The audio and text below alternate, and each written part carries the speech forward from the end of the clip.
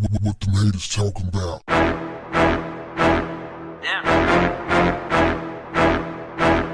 What's up, family?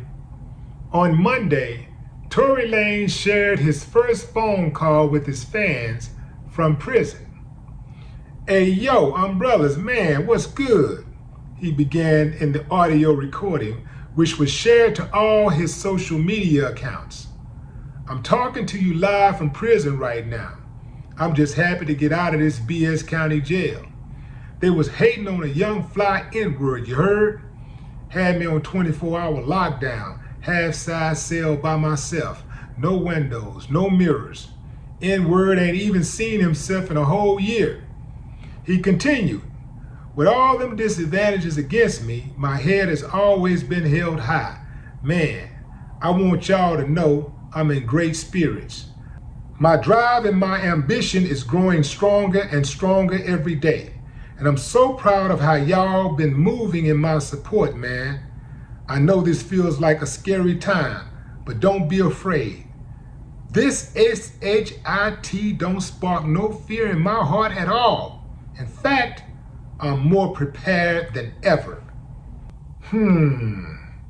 That don't sound like a guy that's afraid.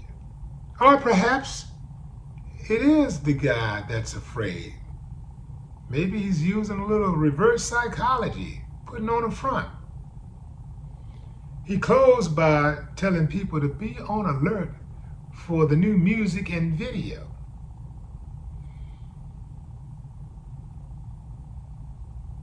Fam, let me tell you something about Tory Lanez that I know, and I don't even know the dude. But he's playing with his freedom.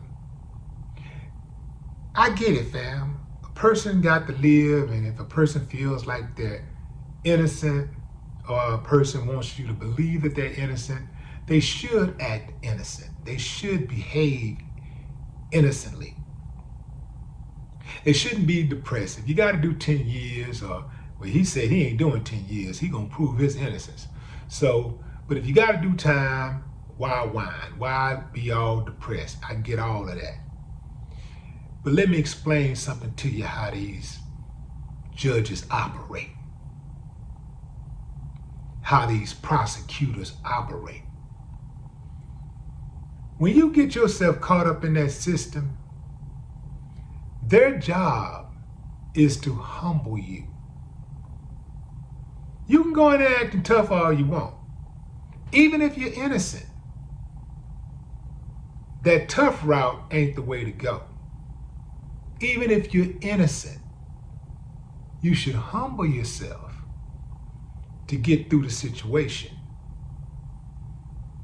His daddy probably did more harm to him than anybody. He probably did more harm to him than he did himself. Well, no, his daddy didn't shoot the girl in the foot. And I don't care what y'all say, he shot her. He absolutely shot the girl in the foot. Now, he put himself in that position. First and foremost, he should have never shot her. But secondly, let's say he lost his mind for a split second and he started shooting. He lost his mind. You know, he was high, he was drunk, out of his mind, whatever. But he lost his mind for a few seconds, he blacked out, and he shot in the foot. Once he realized what happened, he should have been in 100% remorseful mode. He should have been in remorse overdrive. When the girl didn't tell the police immediately after things happened, didn't point him out, he should have let that go right then and there. He should have called her, "Hey, I'm sorry. I'm sorry for what I did." You know, he didn't have to even say the words that, "Yo, I'm sorry for shooting you in the foot." He could have just said, "I'm sorry for what I did. I'm sorry for causing you any pain." You feel me, fam? "I'm sorry. You know, I blacked out." You know, he should have called everybody that she knew and just apologized and just said, "I'm sorry for what happened. You know, it was bad. They tried to give me, well, whatever. I don't know. I just blacked out. You know, you ain't got to go through details. Just say, I'm sorry. And it's a good chance she probably wouldn't have even notified the authorities. But he decided, you know what? Since she mad at me anyway, and I'm away from the crime scene, well, let me just troll her. Let me just talk down on her. In fact, I'm going to even make a record and talk about her. And I'm going to say she crazy, she lying, and blah, blah, blah. And that's what really enraged Megan Thee Stallion. That's what really made her come for him. When he started trying to make her look like a fool, it was the dumbest thing he could have done. Humility, man, goes a long ways. You got to learn a little humility. This dude was just arrogant the entire way. And I see where he get it from with his daddy. Now, you can say, well, you know, his daddy had a right to say what he had to say. He felt the way he felt. I get all of that, but there's a time and a place for everything.